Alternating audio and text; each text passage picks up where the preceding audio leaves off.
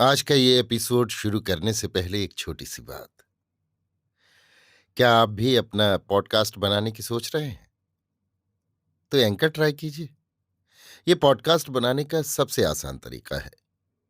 Number 1, ये free है।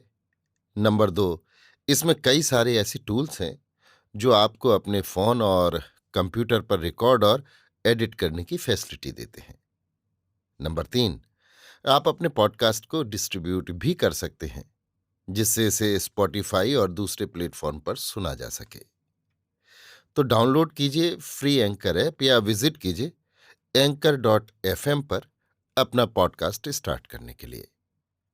ये तो थी एक छोटी सी जानकारी, और अब शुरू करते हैं एपिसोड का सिलसिला। तो आज के एपिसोड में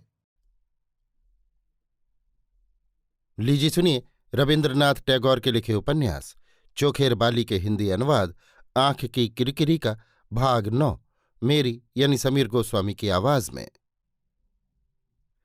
ठीक इसी समय नीचे से आवाज आई, महेन भैया, महेन भैया। महेंद्र ने जवाब दिया, अरे कौन, बिहारी? आओ आओ। बिहारी की आवाज सुनकर महेंद्र का चित्त मारे खुशी के उत्फुल्ल हो उठा। ब्याह के बाद बिहारी बीच बीच में इन लोगों के सुख में विघ्न बनकर आया है, किंतु आज वो विघ्न ही सुख के लिए अत्यंत आवश्यक मालूम हुआ। आशा को भी बिहारी के आगमन से आराम मालूम हुआ। माथे का पल्ला संभाल कर वो जल्दी से उठ के जाने लगी। महेंद्र ने कहा, जाती कहाँ हो? और कोई थोड़े ही है, बिहारी है। आशा ने कहा, लाला जी के लिए जलपान का इंतजाम करने जा रही हूं। काम का अवसर मिल जाने से आशा का अवसाद जरा कुछ हल्का हो गया। वो सास की खबर जानने के लिए घूंघट खींच कर खड़ी रही। बिहारी से अब तक वो पर्दा करती आई है, बोलती नहीं। बिहारी ऊपर के बरंडे में पांव रखते ही बोल उठा, बुरा हुआ, मुझसे कसूर हो गया भाभी। ऐसे कवित्व में आकर कदम रखा कि खैर डरने की कोई बात नहीं, तुम बैठो, मैं भाग चला। आशा महेंद्र के मुंह की तरफ देखने लगी। महेंद्र ने बिहारी से पूछा, बिहारी, माँ की क्या खबर है?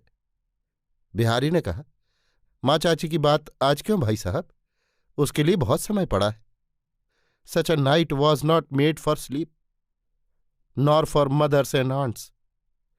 ऐसी रात सोने के लिए नहीं बनी, और ना माँ या चाची के लिए। इतना कहकर बिहारी जब लौटने लगा तो महेंद्र ने उसे जबरदस्ती पकड़कर बिठा लिया। बिहारी बोला, देख लो भाभी, फिर तुम मुझे दोष न देना। मुझे जबरदस्ती बिठा रहे हैं, ये पाप कर रहे हैं महेन भैया। देखना कहीं उसका शाप मुझ पर न पड़े।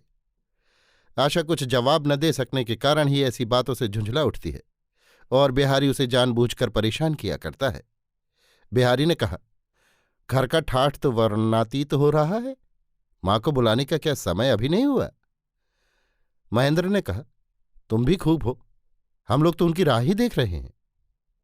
बिहारी ने कहा, ये बात उन्हें चिट्ठी लिखकर जता देने में बहुत कम समय लगेगा, किंतु उनकी खुशी का ठिकाना न रहेगा।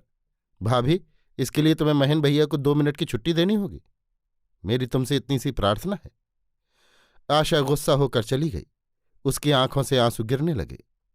महेंद्र ने कहा, ना जाने कैसी शुभ घड़ी में तुम दोनों का साक्षात हुआ था।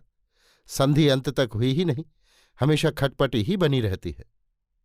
बिहारी ने कहा, तुम्हारी माँ ने तुम्हें बिगाड़ ही दिया है, उस पर स्त्री भी तुम्हें बिगाड़ रही है, ये मुझसे देखा नहीं जाता। इसी से मौका पाकर 2-1 बात कह बैठता हूं। महेंद्र बोला, इससे फल क्या होता है? बिहारी ने कहा, फल तुम्हारे लिए तो विशेष कुछ नहीं होता, पर मुझे तो कुछ न कुछ मिल ही जाता है। अभी आप सुन रहे थे रविंद्रनाथ टैगोर के लिखे उपन्यास चोखेर बाली के हिंदी अनुवाद आंख की किरकिरी का भाग 9, मेरी यानी समीर गोस्वामी की आवाज में।